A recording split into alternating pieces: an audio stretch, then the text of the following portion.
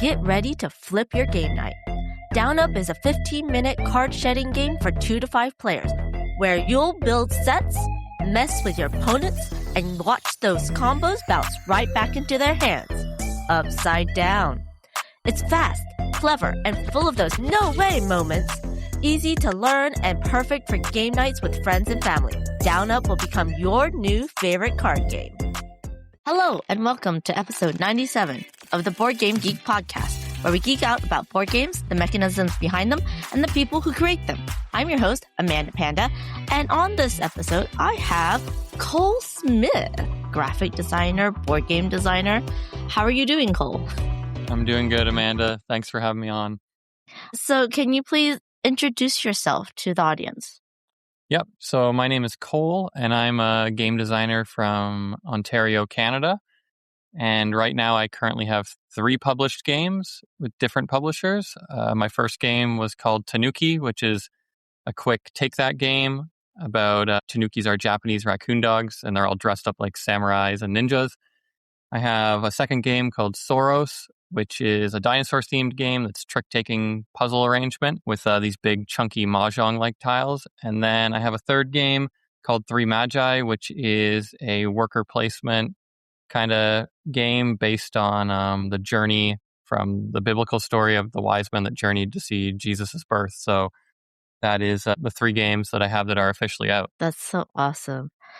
I was just looking at Tanuki, and I was like, oh no. Now I have to track down this Panda box version that is instead of the dog. Yeah, so that you mentioned that. That's actually the Chinese version.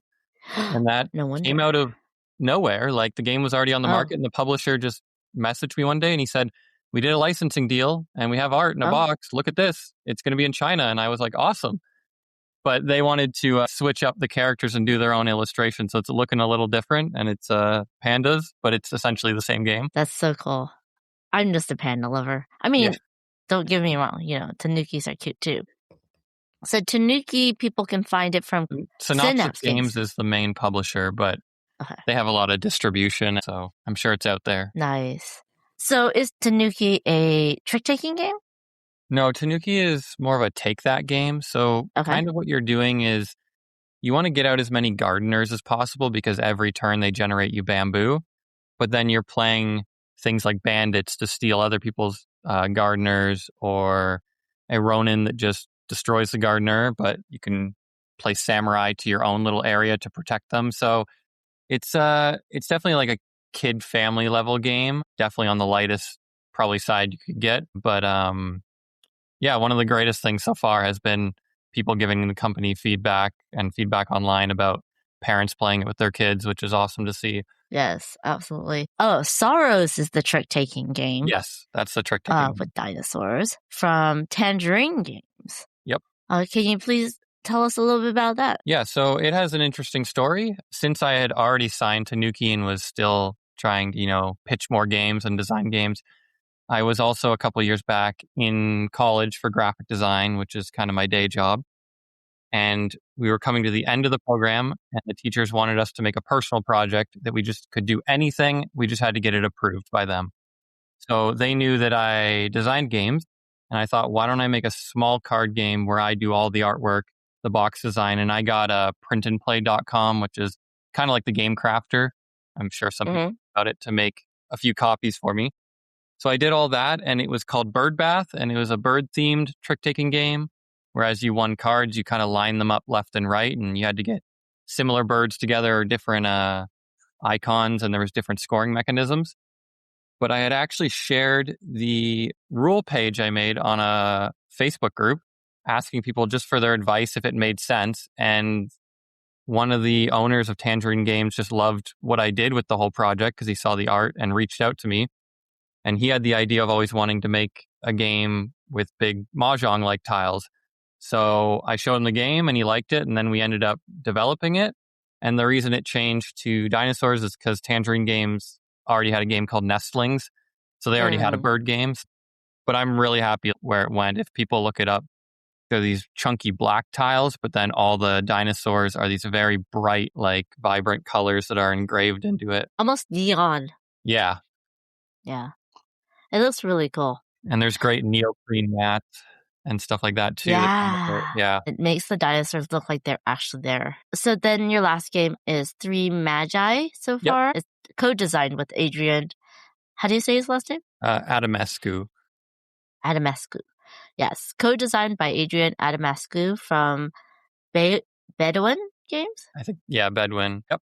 And that project has been really fun. It's kind of like you have like a caravan of 3 workers across these desert tiles that change every time. And, as you worker placement them towards the direction you need to be going, you're going to be gaining item cards that have, a thing I really liked was a dual purpose. So the resource cards can be spent for crafting these gifts, or they can be laid down during the day or night phase for these different abilities and scoring abilities. That one was really dear to my heart. One, just because for a personal thing, my faith is I'm a Christian and I was able to do a biblical themed story, and Adrian is as well. But also, I had got connected with Adrian online. And if some people don't know, he is the creator of Sagrada, which is a very popular game, and he does it full time with many other games. So he's kind of been a design mentor to me and really helped me a lot. And we're hoping soon to sign some other games we've been working on. That's awesome. Now, is Tanuki the first game you ever designed? It's the first game you got published, but was it the first game you designed? Probably, as most designers will answer this, they'll probably say no by the time they get a game published, but really good if they could publish their first design. So no, I had done a couple other prototypes before that.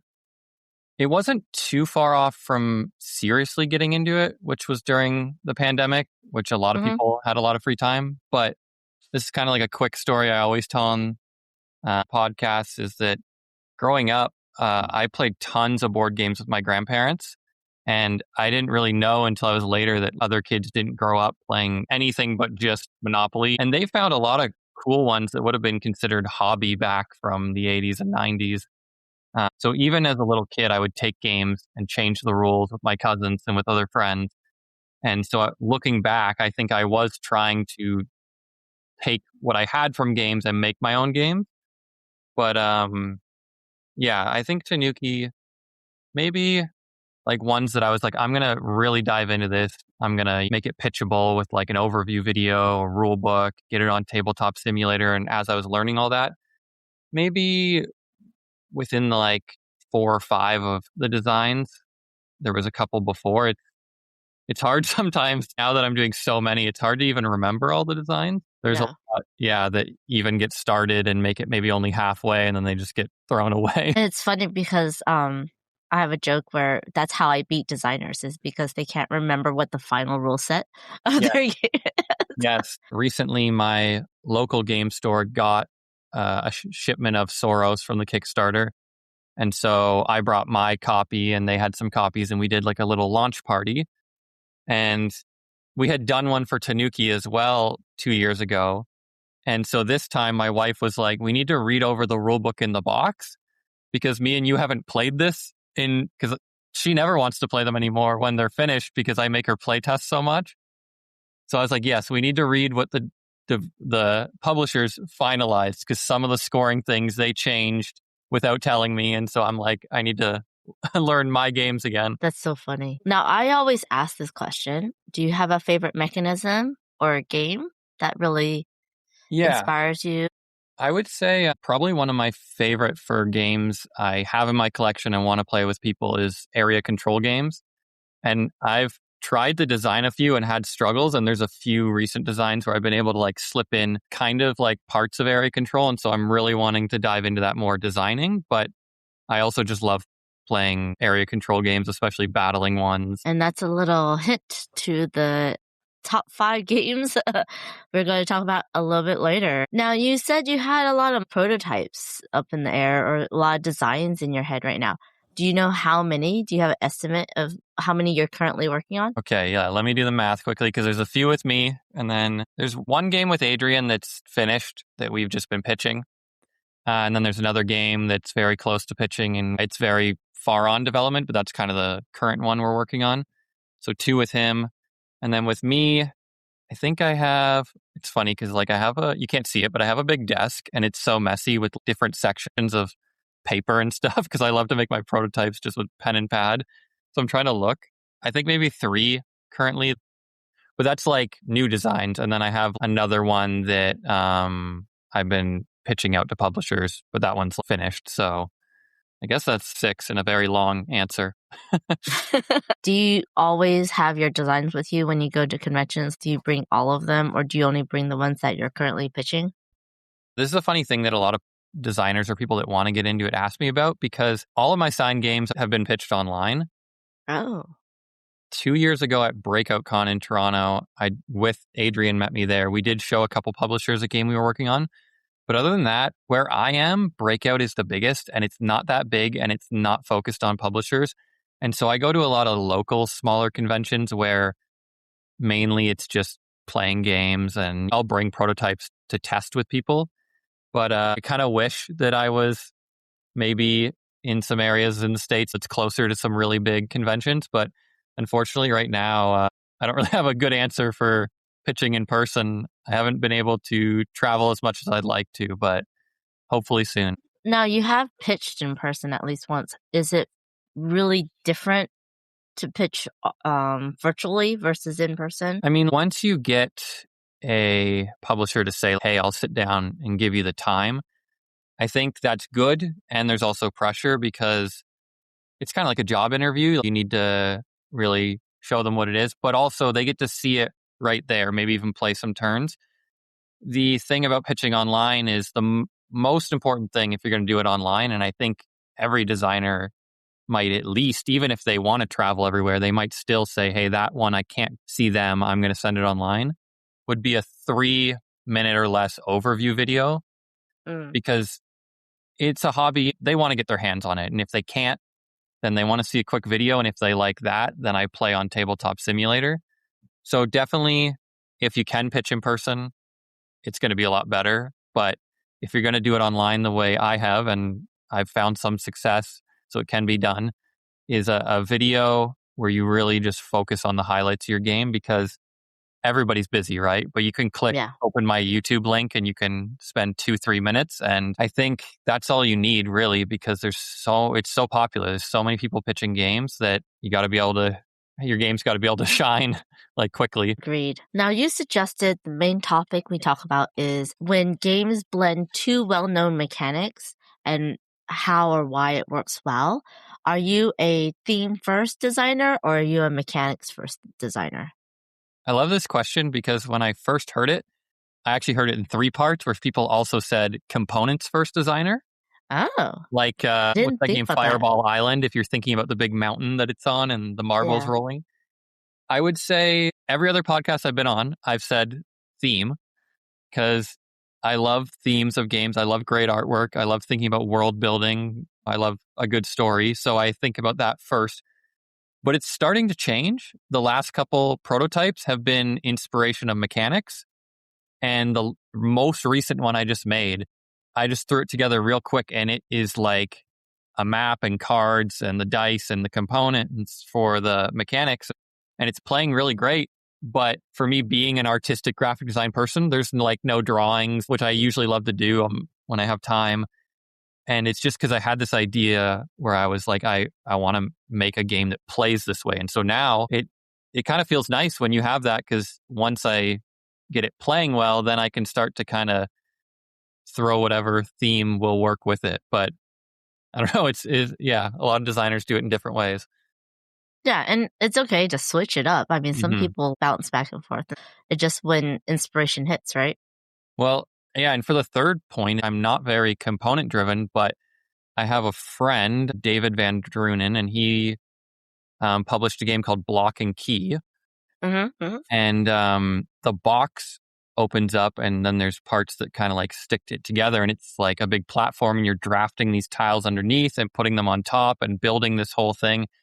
And so that's his most popular game. But every prototype, when we get together, because he actually lives in my city, and the funny thing is we met at a convention as, hey, that guy's also a designer. But then we found out that we went to elementary school together, but we were like a couple years apart, so we never really knew each other. But anyways, That's Block and fun. Key is a really cool game to plug Yeah. him, but he always brings something big and these big pieces, these foam blocks or Lego pieces that he's envisioning as some type of component. So he does it that way, usually first. So for the main topic for this episode, we're going to be talking about games that blend two well-known mechanics. Now, the first time I ever thought about something like this is when 3 games came out around the same time. I think it was within a year or two of each other. And it was a big deal because it was the first time that deck building and worker placement was combined. And those 3 games are Lost Winds of Arnak, Dune Yep. Imperium, Endless Winter, Paleoamericans. And that was the only time I really thought about it. But then I was thinking about it more while I was setting up for this recording session. And my kind of favorite blend of 2 mechanics is the drafting tableau builder, which started with Patchwork, but then like Flatout has a whole line of games, Cascadia, Calico, Verdant, where it's just drafting tableau builders. I think even I guess you could say Point Salad series also is a drafting tableau builder in a way. Wouldn't 7 Wonders be Yeah. one that goes back? That'd be one of them, maybe the original, of blending those. I don't know. But it's a drafting set collection? Yeah, maybe more set collection, yeah. A little bit of engine builder? Yeah. Right? Because you don't have to worry about where you place the cards. It's just you need to have them. That's true. So what games were you thinking about when you suggested this topic? Yeah, I think this topic came to mind because of Sauros, my game, being purely trick-taking and puzzle arrangement, because once you win the tiles from a trick, you don't need to win every trick like Euchre to do well in the game. You just win the right ones, and then you get the right pieces with the right symbols, and you put them on this asymmetric grid-like map, and it's a puzzle arrangement. So because my game just came out, that's why I suggested this topic. So I wrote down some other ones. Speaking of area control, one I wrote down was Rumble Nation. So this is one where you're fighting over control of kind of feudal Japan, but it kind of blends area control with dice rolling and almost has a weird Yahtzee feel. And I love Yahtzee because basically you roll 3 dice and there's different valued numbers to all the regions. And so you take 2 dice and put them together. So if it's a 3 and a 4, then 7, that's your region. And then whatever the other dice is determines how many guys you can put in that region. So every turn you have a couple different options of where they can go and then how many guys go out. And you can, like Yahtzee, you can re-roll if you want. So that one's pretty interesting in that way. Yeah. All the ones I wrote down are actually probably a little simpler than some of the ones you mentioned because I love Dune Imperium and Lost Ruins of Arnak, and they're definitely worker placement deck builders. But my mind was trying to funnel it even more because they do have more stuff to them. Yeah, that's true. Yeah. So another one I wrote down was Radlands. And the reason I think it's 2 core mechanics is I think of it as a TCG. It's very much like Magic the Gathering, Yu-Gi-Oh! To me. And if people don't know, the guy who made it actually used to work for Magic the Gathering, designing cards. So you're not building, you don't have your own preset deck, but it's got that feel. And then it's a lane battler where you're going left, right, and center, trying to push through to the other person and destroy their camps. It's like a post-apocalyptic theme, kind of Mad Max aesthetic. So that's one of my favorite games. It's really good. Another one I did write down 7 Wonders Duel, which is kind of like card drafting, engine builder, flash set collection. So we kind of already went over that.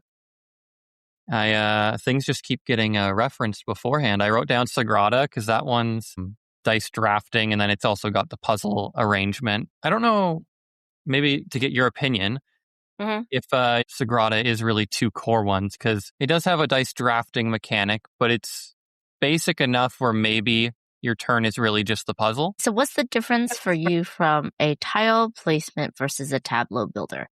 For me, I think they're all like tableau builders where you need to place certain things in certain places to get points, right? So I would think that tile placement would be similar to that. So I think Sagrada is another drafting tableau builder. Mm-hmm. It's just with dice instead of cards, right? Yeah, I think that's where the difference in my mind is. And I think sometimes we need to view it that way because then it opens up different categories.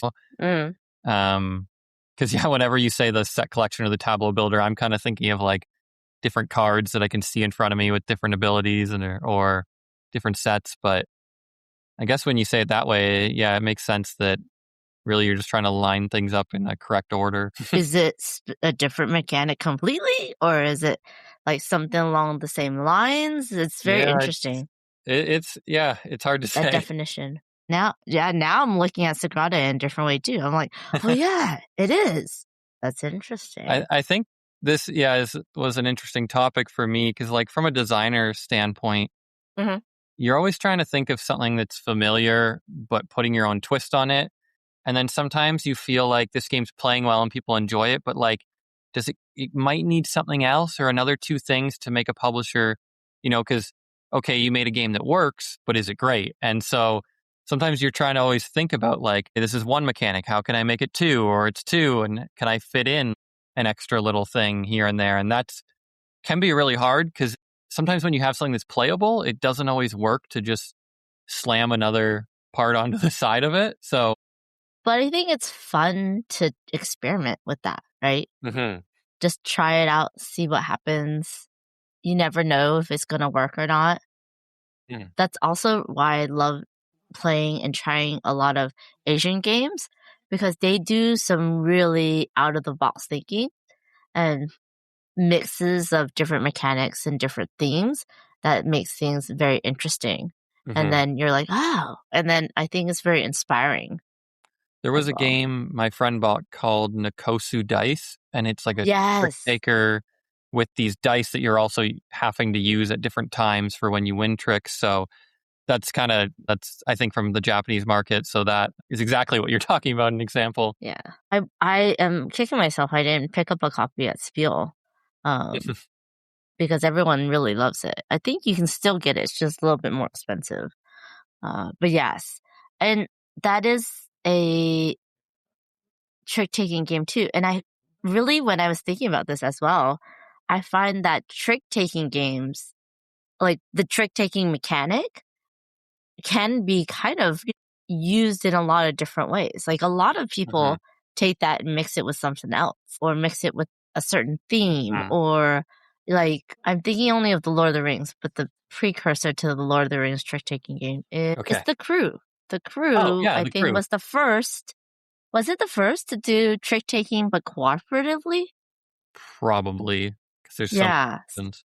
And that was very interesting too, to have a cooperative trick-taking game Mhm. when a lot of times it was either team, right? A Mhm. pair versus another pair, or it was all competitive. And so I was like, there's a lot of different games, a lot of different experimentation where you took trick-taking as the base mechanic and added something else onto it. Mhm. And now it feels something new. Have you played the Lord of the Rings Trick Taker? Like the one that came out recently? Yeah, yeah. No, I have not. I've seen it around online and I've heard good things. Oh, it's really fun. I think what you were saying though is when a mechanic at its core is so well known for something before the hobby Mm, industry. So we know euchre, right? yeah. And there's other ones, but euchre's the big one. So even if you get creative, I think you have to mash it together with something else. Another good example is I mentioned Yahtzee is you look at King of Tokyo, you're doing the Yahtzee rerolls, or there's a game by Matt Leacock called Era, where you're building like a medieval kingdom. And as you put more buildings in your kingdom, you get different dice, but every turn you can still keep these ones and re-roll. So I think if it's just trying to be something that's so iconic like those, then it's not going to feel unique enough. Or like Scout is shedding. But I think that was like the first one that I saw that Yeah, you could so not move your cards it was really around, right? interesting. Yeah. Yeah. Do you have a mechanic pair that you want to figure out how to mash together and get that to work? Yeah, well, actually, I can share a little bit because I was thinking about that for Sauros. And it wasn't just, I told you this topic because it's been on my mind for a while. So I actually have another prototype that I'm working on that I think started from that idea. And I had played a game called Iliad. I think it's by Reiner Knizia. And you're playing these square tiles on kind of a chess-like board, and they have different strength. And when you finish a row or a column, whoever has the most strength, it's a 2-player game, takes one of the tokens that they score, and then you get the other one. So I wanted to do my game's different, but I wanted to do a kind of tile laying battling game. And I was more inspired to make, not every tile needs to be a 1x1. It can be a 1x2, or it can be an L-shaped one, or it can be a really big 2x2 on the grid. So I made kind of an area control tile laying game, but that's kind of the two main mechanics. But I was also inspired by a game called Tag Team that came out recently. And a lot of other games do this, where you can take kind of like two things and mix it together. So I have this like fantasy themed game where you could be dwarves and elves, and you shuffle a deck together and you draw cards, and every turn you play one, and that tells you what tile you get from your reserve to play. And all the tiles have different strengths, different abilities when you play them or when they're on the map. But the funnest part is that they have different shapes. So you're trying to fit them in this map and fit them around the castle and these strongholds for points, while pushing your opponents around or manipulating your opponent's strength on their tiles. So it's kind of area controlled tile laying, and that's one I've been developing. But I think, like I mentioned before about trying to go a step deeper always, was that ability to say, I'm not going to design 6 different factions where you just play the elves, and then every time you play them, they're always the same. I'm going to design a bunch, and you pick 2 and shuffle them together, and then they kind of work differently together each time. That would be interesting. Because that's what that Tag Team does really well. It's, you know, it kind of reminds me of like a trading card game a bit, but you got 2 characters, then you're building their deck, mixing their cards together. Yes, absolutely. And then you're just auto battling each other, which is also very interesting. When Lost Ruins, Dune Imperium, and Endless Winter came out, it was my 2 favorite like mechanisms at the time was deck building and worker placement, and I was really excited. To be fair and to be honest, I was disappointed at the very beginning, because I was like, wait, there's not that much deck building in these games. It is like a side mechanic to all the worker placement and other things that's happening. But I came to love Lost Ruins of Arnak, and I don't really play a lot of Dune Imperium. They're really interesting games, and I really enjoy them right now. But I want to have like a deck building forward game where the worker placement helps you build your deck and upgrade your deck. Ooh, that's very interesting. Yeah, because all those games you named, you're right. I've played Arnak tons of times, and like you actually want to keep your deck small. Like you don't want to keep it too much. You can get a little bigger in Dune, but you're right. That'd be very interesting, where it's not the cards from the deck building firstly moving forward to enter more spaces on the board. It's the spaces that drive maybe.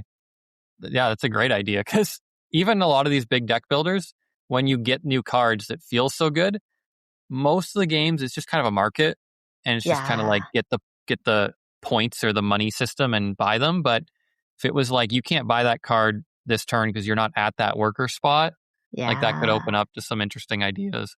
And then it could have a little bit of multi-use cards, right? Because the cards could be used to move around the board, but that's how you can get some stuff. And Arnak, I guess Arnak and Dune do that a little bit, where you use the cards to also put out a worker. Yeah, but that's true. That is true. Oh, yeah, that would work, right? Or where you have to have certain card or card combos to move into certain areas or to get the better cards and get upgrades. That'd be interesting. Yeah, but that's what I was like, oh, it's a worker placement game with a little bit of you just need to flip it. Yeah, exactly. Just try to flip it. There has been some unique ones. I think what was it? Is it Arcs had the unique mechanism of trick taking with area control? Yep. And that was like a 50-50. Some people love it, some people hate it.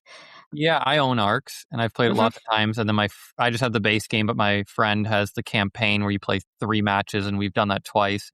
And I was super excited for it, and I think it's a great game. but it doesn't feel as trick-takey because you don't have to win the trick. Follow. Yeah, or like necessarily follow. So, I mean, I like for how big it is.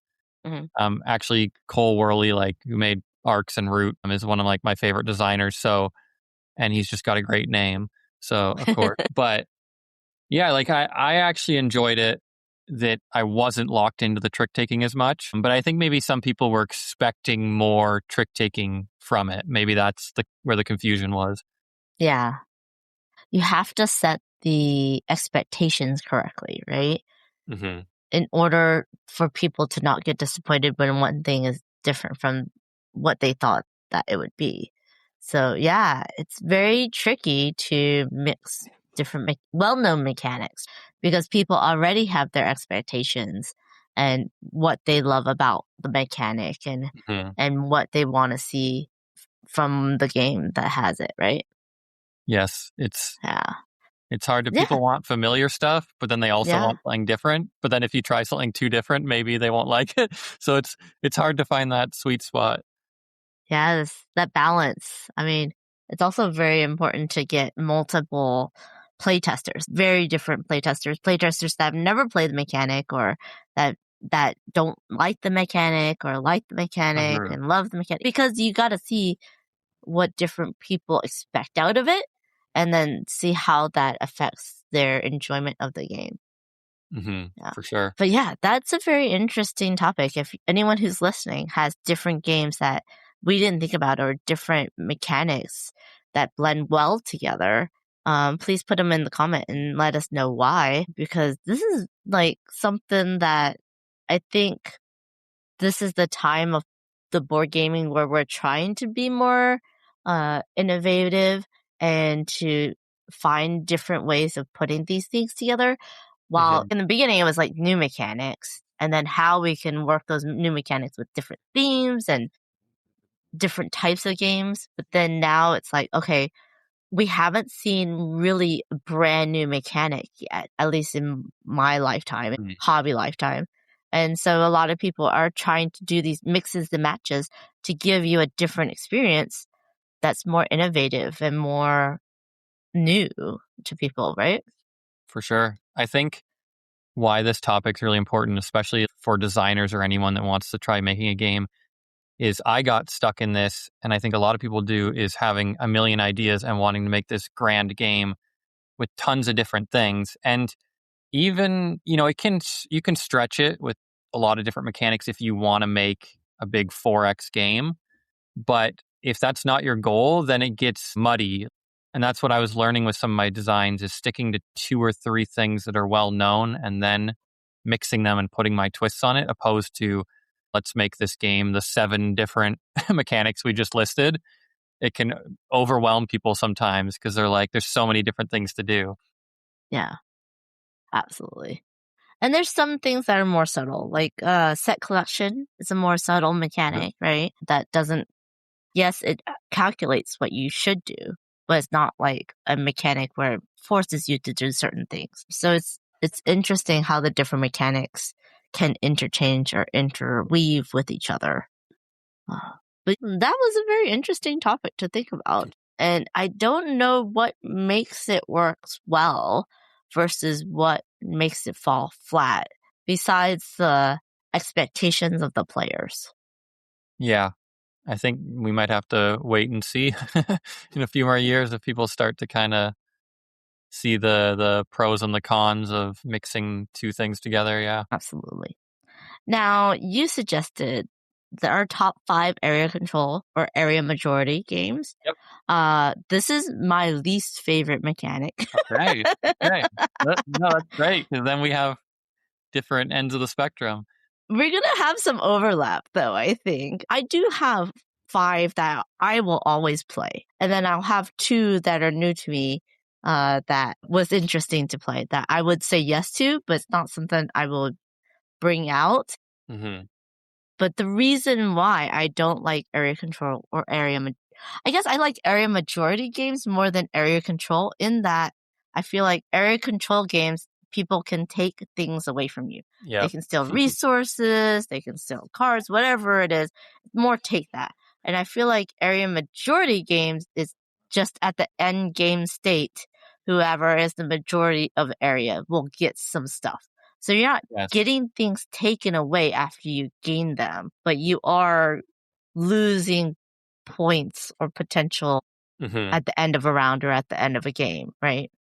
Yeah, I'd say that those definitions are essentially the same, but you're spot on by saying people would use the word control more with the take that. And I think it's funny that I led calling it area control and you were leading calling it area majority just because of the differences of maybe what we prefer. So it was interesting because when I was looking at the BGG pages, they call it area majority or area influence, not area control.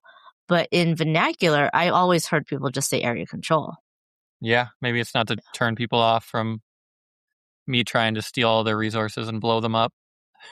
Well, what is it about area control games that you love so much? I'm trying to think. I think when I was younger, I loved games like Risk, which is kind of the original. And I think I liked a lot of video games as well that were those computer like Warcraft and like Age of Empire, where you kind of feel like you're building up your little army and then you're moving it against someone and trying to take them down. So maybe that's why I wanted to find that in more board games. I like the idea of being able to kind of set up camp somewhere and then, go outwards and take more territory. And I like the struggle of, I play a lot of puzzle games too, or a lot of just point scoring games, and it's still great, but it's fun to get that kind of pushback, I don't know, against people. It feels more competitive maybe to me. And I grew up playing a lot of trading card games like Magic, Yu-Gi-Oh, Pokemon, and I love playing chess. And so those games are built upon you're not going to win until you take stuff away from the other person. And I think a lot of area control games, you got to either just sit there as the big guy in that area, or you can take it over with a little bit as long as nobody else is left standing there. So I think, I've tried that, go sneakily, and they're always like, no, we see you. I'm like, no, don't look this way. I don't know if I'm always the best. I think I do pretty well in my playing groups with these types of games, but my trick is the people that don't like area control, when I bring them into games, they're always trying to control everything. And then they're like, I can't do any of it because they're too far spread. And then they go, I feel so weak, everyone's destroying me. And so my tip is you just have to win more than the other people. Sometimes you need to give up. It's like you need to lose the battle to win. That's a good tip. It didn't help me when I was teaching my friends Scythe because it was 3 players and I was just sitting in my little corner building up my resources so I can start spreading. And they both came and attacked me. I was like, now I have to start over and I can't do anything. So it's just... You can win that game without fighting, but you have to be... it's tough. Yeah. Well, do you want to go first with your first area control game? I don't have mine in any order. Okay. I made an order, but I'll start at the bottom. Okay. So the number 5 I put was The King is Dead. And that is an area control game in Britain and between England, Wales, and I think Scotland. But that one's really interesting because you only get 8 cards and 8 essentially turns. And when you play one, you kind of recruit from a generic pile and you influence all 3 of those armies. So you're not just one army yourself. And then as you put out influence and more units, the winner at the end of the game will be whoever gains the most influence in the leading army. So you're all kind of affecting the map in different ways. And at certain points, you need to go and take some influence with certain actions. But if you start taking a ton of influence for England and England's doing really well, because you're way ahead of the other people, they're going to say, hey, even if we also help take influence for England, he's already ahead of us. So we need to try to shift to make them not be the winning faction. So this is really where everyone's after the winning player at the time? Kind of, but like I said, is on the map presence of the area control is I don't have my own presence. So it's it's kind of like computers that you're Okay. all affecting, and then whoever has the most influence of whatever faction comes out on top will win. It's a bit I don't know if you've played Tigris and Euphrates, but in that one you get different influence and different types of it's pretty different, but you get different influence and then you only score your highest one. So Mhm. it's got kind of some similarity. Okay, so that was The King is Dead for 2 to 4 players by Peter Sylvester and published by Osprey Games. Very interesting. I'm going to say very interesting because I probably will never play this game, unfortunately. That's okay. This is for the other people But that yeah. listening that might play it. But yeah, no, and it's been around for a long time. Like the Well, second edition. yeah, that's the one. I haven't played the original, just the second Yeah. edition. So it's pretty Yeah, old. so I mean, it's a classic. People really love it. So, if you like area control, definitely give it a chance. My first one, I'm just gonna say it's the one that has already been said. Yep. It is one that my friend Christina, from Going On Analog, introduced me to, and the first time I played, I'm like, "What the hell? This is actually not bad. I like this area control game." And we were all shocked. It was hard to get, and I imported one. And then they did a deluxe edition. And so then everyone could get the Kickstarter version, and it was more deluxe, a little bit bigger, but I still like the original one. So I have both. It is Rumble Nation for 2 to 4 players. Yep. Designer is Yogi Shinichi, and published by 77 Spiel or Hobby Japan. This is one that you probably will have to import. It's not readily available, but they did do a Kickstarter for the deluxe edition. And you already talked about it. Rolling dice, putting it out. Andrew, on our recording of his episode, we talked about Rumble Nation, and I then went around and invited him to play the game with me and Christina on BGA. Of course, we kind of trounced him because, he's never played before. But then he was like really figuring out the different strategies. But you also have to bend to the will of the dice. So that's very fun. And then if you don't like this type of theme or this area controlness, All Play came out with something very, very similar, but a much cuter theme, much easier to get in North America. That game is called Waddle, from All Play for 2 to 5 players, and is designed by Come von Moser. And your little penguins. So you're putting out your penguins instead of your soldiers. Instead of rolling dice, you're just going from you're just going from number to number. And there's no cards that affect other people, but you do have some tokens that are double penguins instead of just single penguins. And you now have scoring where it's not just the majority around the ice hole that gets the most points. You're looking for your biggest waddle or line of penguins to actually score. And the strategy now, instead of the dice, is when do you pass and give up on that watering hole and move on to place for the first one on the next one, to see if you're going to be able to combine your penguins or block someone else or get the majority. So I thought it was very similar to Rumble Nation, and I really enjoy both of them. So that is Rumble Nation and Waddle. You played Rumble Nation? Yeah. Yeah, I own it. I thought it was interesting that you said it's hard to find. I don't know if I just bought it at my local game store, but maybe they had got it on Kickstarter. I never asked. It was my friend had it already and showed it to me, and then they had it in stock. So Hobby Japan sometimes has, I think, booths at cons, but it's definitely one that is harder to just like go on Amazon or online. Sure. You have to go to something like Board Game Bliss that imports a lot, or your local game store had to have a way to get it here. Yeah, they might have got it from Board Game Bliss because but it's light, it's quick. I really enjoy it. Did you try Waddle yet? No, I've never heard of that, and so I'll have to look it up. I mean, I love Rumble Nation, so Waddle sounds cool as well, and penguins are cool. Penguins are cool. I see what you did there. Oh my goodness. Yeah, so that's my first two. Those two I will always play regardless if who's playing, whoever wants to play it, I'll always say yes to. It's very easy to teach, so I really like both of them. Lighter games, quick to play, Rumble Nation and Waddle. What's your next one? Your number 4. My number 4 is Ankh, which is by Eric Lang. So people might also know Blood Rage and Rising Sun. And it's funny because I've played all of them.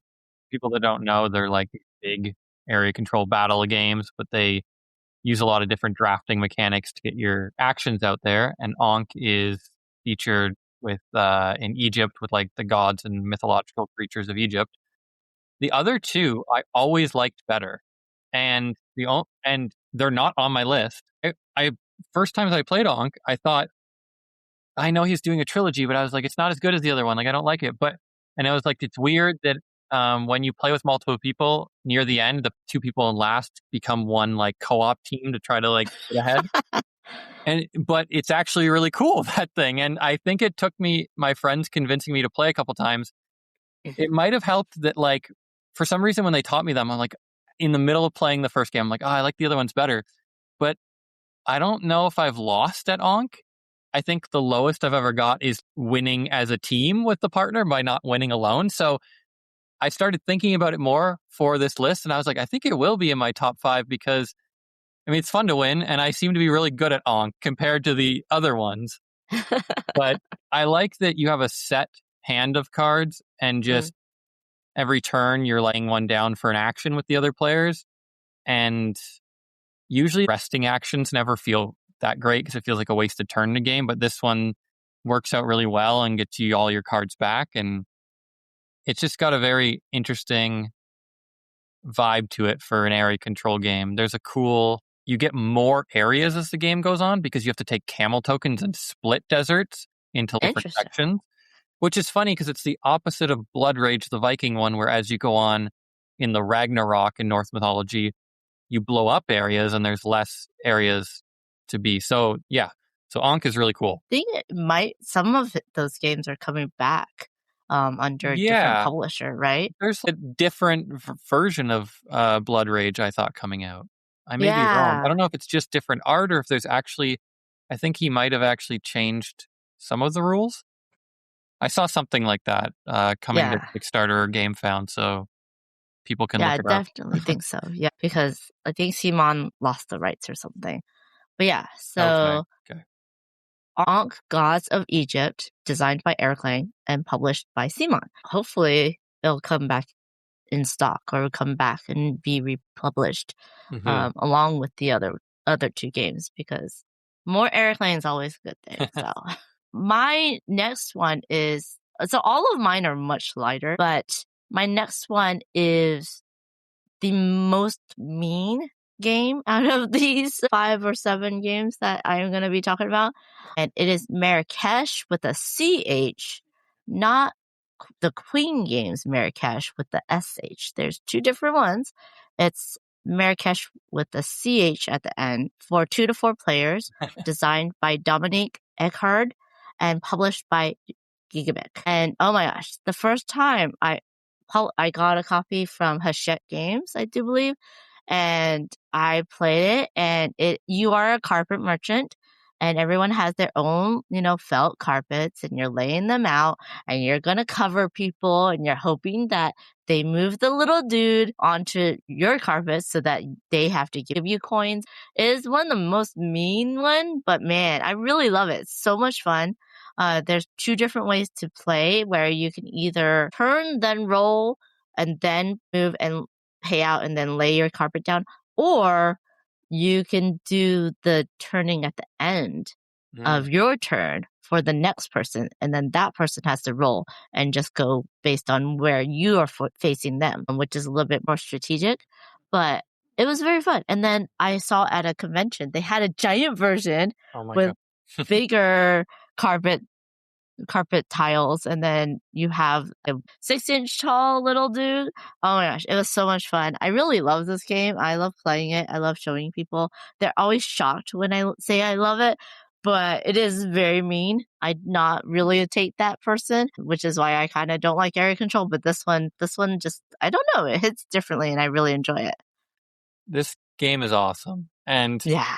this game is one of the games I think about when I play it or hear people play it and they say they really don't like it. And I think it's a perfect example of the modern board game hobby maybe sometimes getting too locked into like crunchy, combo-y engine builders, which, you know, are great. But picking up the carpets and feeling like the texture and then like laying them down on top of all the million, it's just a pile of carpets. But, you know, like for context, you get area by putting out yours, but you cover up and make people lose their area control. This game's awesome. And the little guy that walks around as you, it's pretty great. Yeah, I agree. It's so funny that it's kind of thematic because you're laying down your own carpets and then you don't want people to step on them, or they have to pay you. But yeah, for some reason, I really have a good time, and we're cackling at the end and we're like cheering people to step on our carpets. And then you're like trying to make little traps and force people. And then they roll because it's the dice. Okay, they could be completely surrounded, but they roll the one side that they need to not step on your carpet. And then they break your area in half, and you're like, no, so much fun. But yeah, Marrakech from Gigamik is my next one. Okay, my number 3. This will be real quick. Is Rumble Nation, which we already talked about, but obviously we both love it, so it got on my list as well. It's just awesome. Agree. People got to play this game. Yes. I'll shoot it back to you. That was a quick one. Okay, so this one was a surprise to me. I was at my local game store. Me and Paula Deming were kind of waiting for some other people to join us. And this lovely couple had this game out, and we're like, oh, that looks interesting. They invited us to play. And they taught us, we learned it, we played it. We're like, oh, this is very good. And then we played it 2 more times after that, and we all had a lot of fun with it. And then I realized it was kind of hard to get. It kind of really went under the radar for a lot of people. And then I was trying to get the store to pick it up, and they couldn't really get a hold of it. I don't know how easy it's to get now, but it's Sunrise Lane for 2 to 4 players, designed by Rainer Knizia, and is published by Horrible Guild. I'm pretty sure you can get it from Horrible Guild, but went under the radar for a lot of people. And it does have some like calculations you kind of have to do. There's some good blocking, but what happens is that you have cards in your hand and you'll pick up cards, and then depending on the cards that you can place in certain areas.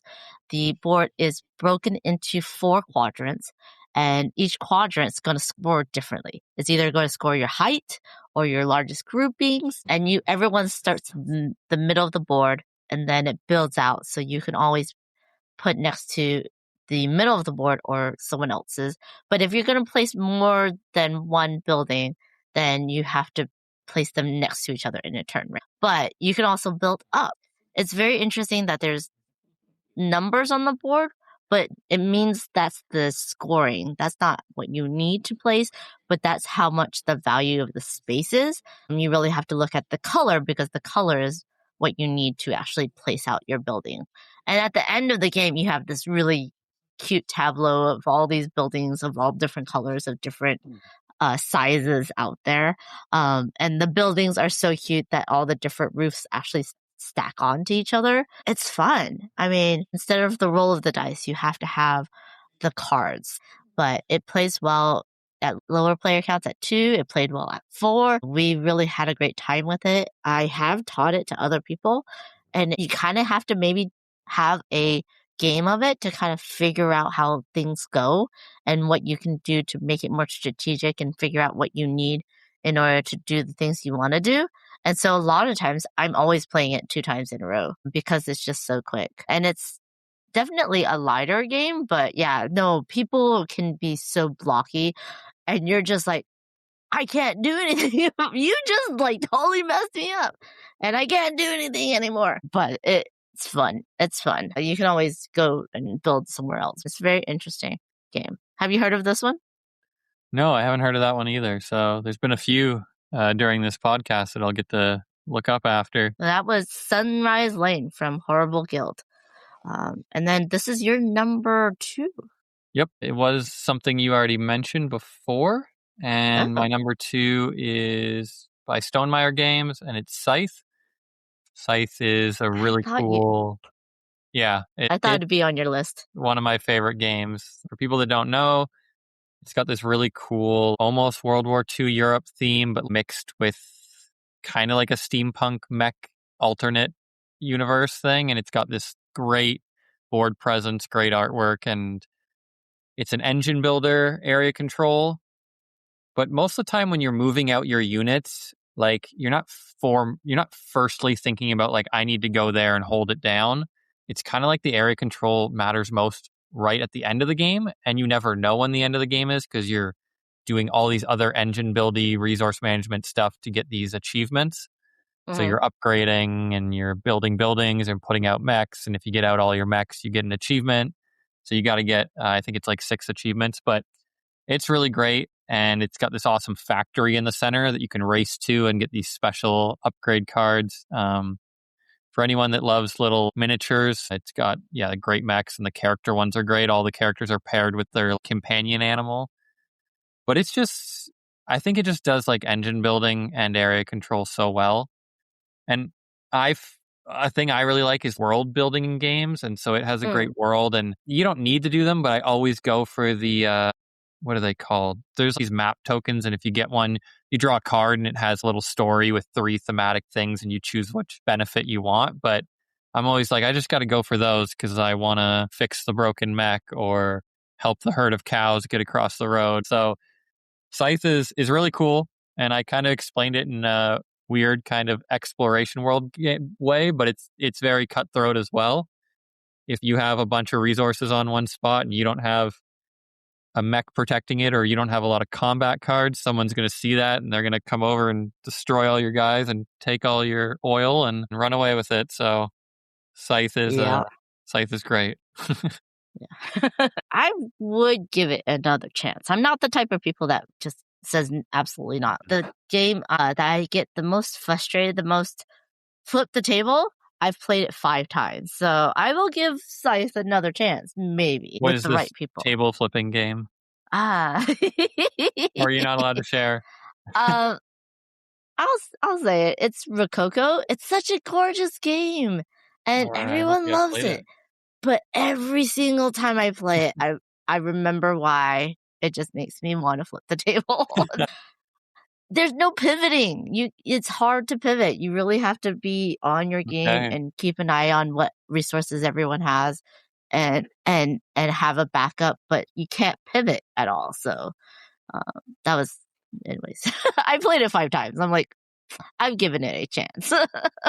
So I have to ask you: did you play Dead Reckoning? No, I have not played. Is it like Scythe?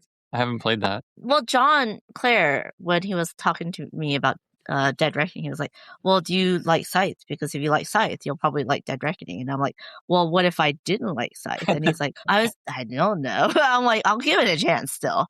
But he's like, if you like Scythe, then you'll probably like Dead Reckoning. So I'm thinking that you probably would want to try Dead Reckoning by John Clare. Yeah. But you were talking about Scythe for 1 to 5 players, designed by Jamie Stegmaier and published by Stonemaier Games. That's definitely a classic that people really, really love. Mm-hmm. I know Stonemaier did well with Viticulture on Kickstarter, but I think it was the Kickstarter campaign of Scythe that really pushed them forward. Did really well. Yeah.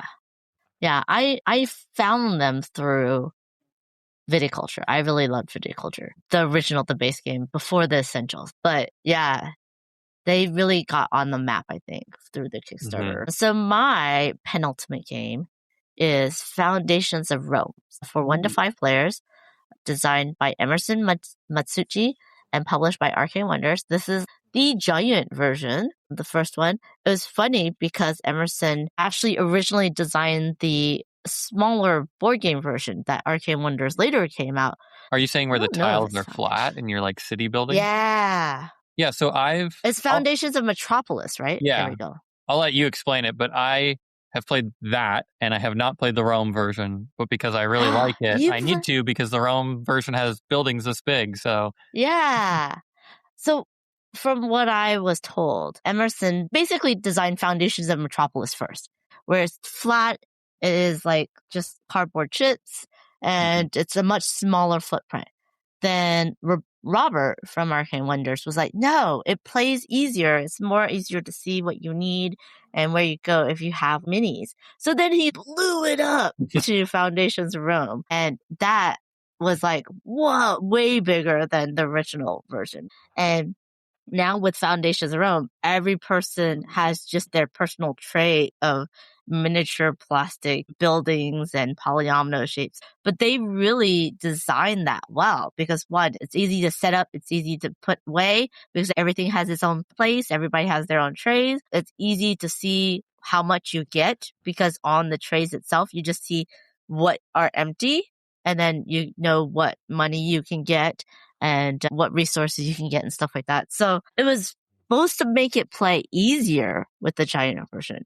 But then I think because of the price point and the room it takes up, a lot of people are like, no, we want the, the regular board game size version. And so they went back to Foundations of Metropolis, which I thought was kind of funny. But in this game, you have cards that you can buy from the market. And these are your lots. And then you can, when you buy a card, you get to place out your buildings out, and then you can upgrade them into bigger buildings that either give you more money or more population or more endgame points. And so it is area control in that you want to have enough money to buy the specific lot you need, especially towards the end of the game, so that you don't get bought out. Someone doesn't take it from you, and then you can't upgrade your building like you want to. And it's quite fun. It's easy to get into. It's quite quick to play once everybody really knows what they're doing. And while it's a Calyx size box, it, it, it doesn't feel like it's not that giant Lacerda game that you're thinking of. It's definitely a more lighter game than the box size suggests, but it's still a fun, quick, slightly lighter area control game. And I honestly never played the Foundations of Metropolis version. I don't know exactly what the differences are, but looking at all the components and all the pictures and all the rules, it doesn't seem like there's that much difference that they changed between Foundations of Rome and Foundations of Metropolis. It's just you don't get the nice 3D miniatures, everything's smaller, and you get all the cardboard chits for your buildings and your upgrades. But you still get pieces to put out when you buy lots so that you can see that, which is very interesting. But yeah, so one's a little bit easier to store, but one looks very nice on the table. And what a great theme too for that. Like couldn't have picked something better than building the big structures of Rome. Yeah, and I do have the expansion with even more buildings, and I've never played with them. I really should get that to the table and get some of the bigger the expansions going. And I love how they also have a solo mode too. So Foundations of Rome has the solo mode, but not Foundations of Metropolis, which is very interesting. But yeah. But there you go. That was my penultimate one. And then Cole's number one is... Drum roll. So I already mentioned that Cole Worley is one of my favorite designers. And he has a very popular area control game with furry critters in the forest called Root. And Root has been my favorite game for a very long time. Just like how I love the aesthetic of Scythe, totally different aesthetic, but Root's artwork by Kyle Farron is just amazing. I'm a big Leader Games fan and have a lot of their games with similar art. So for those that don't know, Root, you're fighting over control of different regions in a forest, and you're one of these super asymmetric different factions, whether you're the birds trying to build their roofs all around and protect them, or the cats that are connecting all these different areas and building all this stuff. It's love it or hate it for people. Some people really hate it because all the factions are played differently. They all score differently. They have different objectives of how you're trying to win. There's the Woodland Alliance, which is one of my favorite, and they're spreading sympathy around the forest, and anywhere they do, it makes actions tougher for other people, and they can come out of nowhere and do a revolt and blow up one whole region and take out all the other people's pieces. There's multiple expansions with moles that dig tunnels and can travel through the tunnels, with rats that are super mean and war campaign and burn everything as they go across the board. So I got a lot of friends that like to play Root, and I have currently all the expansions, not the newest one that was just on Kickstarter, but I assume at some point in the future I'll get it. But Root's got a lot of interesting things going on. You go through your board of starting up your turn, middle of turn, end of turn, and all your actions. You get the similar actions, but you do them in all very different orders and different ways than everyone else. So if you like something being very unique, then you'll like Root. It is hard to get a new person to the table with Root because of the asymmetric factions, and you kind of have to know what everyone else's goals are so that you know what they're going to do, or you can stop them, or you can get your stuff done. So I like to learn the different factions on the app or the digital game, the computer game, because they have really cute animation and it looks really fun. But at the same time, you can play it solo and you can kind of learn and understand what the different factions do before you play it multiplayer on the table, right? Yeah, for sure. I think it feels like one of those games where you just need to already be in it. But then I always ask myself, how did I get into it, or how does someone else? But actually, I have a funny story. So my wife doesn't really like Root, so she doesn't play with me. And I just rant all the time about how it's my favorite game. And we went into a game store in our mall, and they have a bunch of games, and I already knew they had Root. We were just looking for new ones. And we walk in, and there's a middle-aged man with his 8-year-old son. And in the middle of the store, we just walked in, there's other people. He yells out of nowhere. He goes, "Look," and points up at the shelf at the very top. He goes, "That's the game. I hate that game," to his son. And I look up and it's Root. And I was like, yep, it's love it or hate it. There's just as many people that would be jumping up to get it off the shelf. So it's like you said, it can be a little hard to learn, but if asymmetric area control fighting games are what you like, then you won't be that guy. You'll be wanting to buy it. Yeah, and it's very cute animals, and what you play and who you play with really does change how the game kind of feels or goes depending on what characters you're playing. But yeah, that's Root for 2 to 4 players by Cole Worley, published by Leader Games. And even if you don't like Root, you should go check out the plushies they have at their booths because they have all the little characters in the little plushies, and it's very, very cute. But that was a good choice. So that is your favorite area control game? That's just favorite game. It's just in general? number 1. Yeah.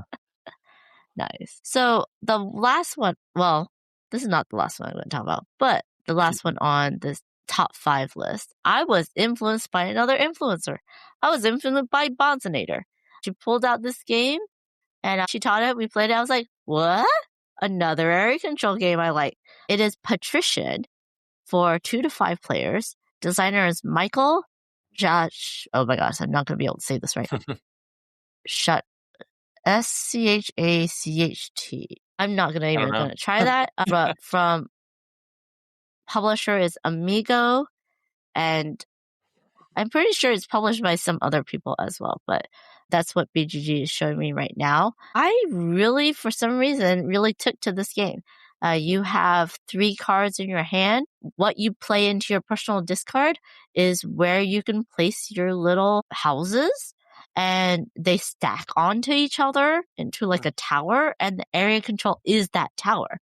So whoever has the most is the winner and gets the points equal to what area that is, or if it's a tie, it's whoever's there first. But there are cards that allow you to move your pieces to other places, or allow you to, I think it was take other cards, not because you can only take the card that you place your piece in. So you're going to play a card. what that card says is where you're gonna the number and where you're gonna place that piece. And then there's a card for every area, and then you're gonna take that one and it refills.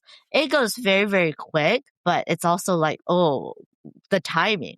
I'm gonna wait because I think I have the last two and I can place mine on top. Or I really need that other card because there's a little set collection with the people on the cards as well. Or I need that card to be able to place my building in the other area. And so there's a bit of strategy, but it's still light enough and quick enough that we can get people to play it fairly easily. There's just only two cards that are a little bit more hard to understand, but once you get it, it's very easy. It's really pretty on the table with all the different colors and all the different stacks. It plays very easily. It's quick. I really enjoy it. It's very interesting in that it's the height versus like actual the area that you're at. So, and you're limited by your cards. And every single card is going to get played. So you know exactly how many more cards is going to be out there or how many more pieces are going to be played at the end of the game. So it's fairly interesting. I went and got one as soon as I can to add to my area control collection of games that I actually like. But I really like this one, Patrician. Nice.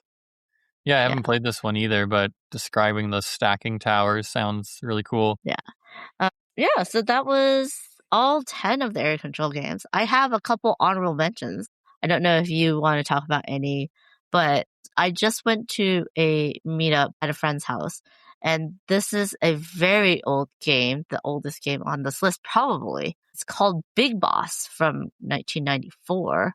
And it's for 2 to 6 players by Wolfgang Kramer and Cosmos. And they taught it to me. I was like, what? It's very interesting. You're building casinos. You can add on to other people's the casinos that they started and then change who is the winner. Did that sounds exactly like Lords of Vegas. Did that become Lords of Vegas? Because there's a game, my friend has it. It's called Lords of Vegas, and I think it's a reprint of that. Okay, let me You check. put like dice in between the little part of and like no. This one you can build up your casinos. Yeah. And then you can, like re-roll dice to take over who like controls the casino. Let's see, Lords of Vegas. I know Lords of Vegas too. I'm just gonna go through all their implementation. Similar, No? Yeah. Different. It is similar, but I don't think it's the same. And it's not saying it's a reimplementation. It might be inspired by Big Boss. Maybe. Yeah, and you're right. I mean, well, in Big Boss, it's not dice. Okay. It's cards that you're playing out, kind of like Foundations of Rome. But then you also have to have, you're buying, I guess, shares in the bank. Okay. Of different buildings, of the different casinos as well. But yeah, this one was like, yeah, it was kind of a mix of those two. But I really thought that was interesting. I do like train games and 18xx games. So this is like a train game without trains in that you have to buy shares of a casino and you're building up these casinos and you're hoping that they become the biggest casino so that you can get the most money. But then you also building up and you have to have certain cars to be able to expand or build it. But then you can screw someone over by combining the two casinos and then one takes over the other. But Big Boss apparently is based on Sid Sackson's game Acquire, which apparently is also having a comeback as well. So I like this one better than Acquire, but that's just me. Yeah, very interesting. And then the last one, the most recent, I just came back from a convention and we played Shackleton Base, which while is not completely area control, it does have that area control mechanism. Shackleton Base, A Journey to the Moon for 1 to 4 players. The designer is Fabio Lapino and Nestor Mangaloni, and is published by Sorry We Are French, and I do believe it is distributed by Panasaurus Games in North America, a worker placement game, but does have a area control mechanic where if you have the most in a line in the middle of the space that you're trying to build up with all of your little domes, then you get the astronauts on either side, and then you can then use those astronauts to either upgrade something, give you income, or make things cheaper for you as the game progresses. And there's different modules as well. And I was just like, oh, my friend who was taught the game was like, oh, I'm just going to do this because you need to see this happening. And I'm like, no, you're just doing that to screw me over. But yeah, no, it's very interesting. It's a small part of it. It's not like completely area control. It's more worker placement, which is why I probably will try to get a copy of it. But I thought that was very interesting. It's one of the heaviest games that is on this list. But yeah, I also am not a big area control fan. So I don't mind it when it's in small chunks like that. Or like in Dune Imperium, where there's that tiny bit of area control that you have to deal with as well. So yeah, those are the two that really stuck in my mind as honorable mentions. But is there any other area control games you think we should talk about? I think we probably already talked about other ones off my list. Like we mentioned the other Eric Lang games, and we mentioned Arcs, which was one that would have been close to my top 5. Another, not to get super into it, but another good one that features area control by Leader Games is Ahoy, which is like this pirate themed, one. And that's I've been playing that a lot with friends. So, I think we mentioned a lot. Yeah. The great thing about Ahoy, though, is that you don't have to be in the area control faction. Yeah, because it's asymmetric, right? Yeah. You can try to be the one that is the go-between. Yeah, there's the pick up and smuggler. deliver person. Yeah, which is kind of fun. But yeah, there you go. Lots of area control games. Some that I will never play, and some that I really love. But that's just me.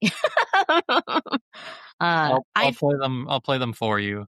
Yeah, there you go. There you go. And I do believe that even though like there's a category or mechanism that people don't like, with so many games out there, you might be able to find one that you do like. So don't write anything completely off. Okay, and now we are on to the segment of the podcast I like to call the moment of positivity. We are just going to talk about something big or something small that makes us happy, brings us joy in this crazy world we're in. So, Cole, do you have one? I wasn't prepared for this, but something came to mind that I can kind of tie into possibly a design idea. Since I do design on the side, my day job being a graphic designer, I do it for a company in my city that manufactures map boards for picture framing. And so they make the cardboard boards that are all different textures and colors. And so since working for them, I came on to do a lot of computer design stuff, but I've kind of been trained how to be a picture framer. So I'm like sprucing up my house more. It's hard to see. There's this one little thing on my little screen, but that was like this weird little optical illusion image. And then so it's just fun because it makes me walk around my little place and realize, oh, this room's empty. It could use a nice piece of artwork. And now I kind of know what type of frame and what kind of matting you put on this style of photo. So it's been fun to learn that. And then what I constantly had this thought of something similar to a canvas style game. What if I made a game where you have to select photos and then a color of a matting and then a certain frame, and combining them scores in a certain way? I haven't fleshed it out, but I was like, that's a perfect opportunity to make some cool physical components where you're overlaying the matting and the frame over an image, and then you can kind of similar to Canvas, if people know that, where you're overlapping different cards. So that's kind of my creative, positive thing. That's awesome. Yeah, I used to work at Michael's, and that was a job that took skill that most people don't realize took skill, is that framing, that matting, and what you choose really does affect how the artwork looks in the end. So yeah, that's why it costs so much, people. Yeah. Going to a framer is a lot of money. Yeah. My happy moment of positivity is I found a all-you-can-eat sushi place. Actually, my friend Bonzanair found the all-you-can-eat sushi place that has a very good sushi fish to rice ratio. The rice is minimal and it was just enough and didn't overwhelm the sushi, didn't make you full extra fast, and it was all you can eat and it was delicious. I got to go with a bunch of friends and we got to chat and eat and share plates, and it was so good. I'm such a sashimi lover, so I was very happy to find this bluefin in Vegas. It was so good. If you go to Vegas and you like all you can eat sushi, definitely go check out that place. It's a little small restaurant, mom and pop, but so delicious. Yeah, all you can eat sushi is awesome. It's funny that you talked about the fish to rice ratio, because I have a friend, and every time I go with him, he always pulls a bit of rice off, and then he's like, I don't want to get too full from the rice. But then if you don't eat it, some of them will charge you for not eating the rice. Yeah, it depends. I think the ones in my town, we have a couple, they're not too strict if you leave a few things, but I'm sure if you left a lot, they might. And I'm sure probably one in Vegas, being a very touristy place, probably would. Well, it's more off the strip, so it's a little bit better. And they're very kind. But yeah, it was delicious. It's very interesting because one of my friends got the bulgogi, and you never think of getting other stuff other than the sushi or the sashimi. But it's very good. It was really good. And then for dessert, we had deep fried ice cream that was tempura battered. Oh, so delicious. That sounds good. Okay. Thank you so much for joining me, Cole. Where can people find you? Well, the games we mentioned, if you look those up on Board Game Geek, you'll see my name as a designer, and that can link to the other games. The biggest place I post about my board games is on Instagram, and I go by Cole_designs_games. And that's just like kind of where sometimes I post stuff about things I'm designing or just things I'm playing or my new games that got published that are released. But that's probably the best place to follow my stuff. Awesome. And I'll put a link to all that into the description of this podcast. So remember, if you have any games with two mechanisms that really work well together, or your favorite area control games, please put it into the comments, and go follow Cole on Instagram so that you can be up to date on what's coming up next. Thank you so much, Cole, for joining me today. It was a lot of fun to chat about all these different types of games, and it really kind of inspired me to think about different things a little bit differently. So very interesting. Thank you. Yeah, I appreciate it. And everyone, have a good day. Thank you, everybody. You've been listening to the Board Game Geek podcast, produced and edited by Amanda Wong. Be sure to visit us on the web at boardgamegeek.com. You can also find us on YouTube, X, Blue Sky, Instagram, Facebook, and TikTok under Board Game Geek. At Twitch, we are under Board Game Geek TV. And you can reach us by email via podcast@boardgamegeek.com. Thanks for listening, and happy gaming.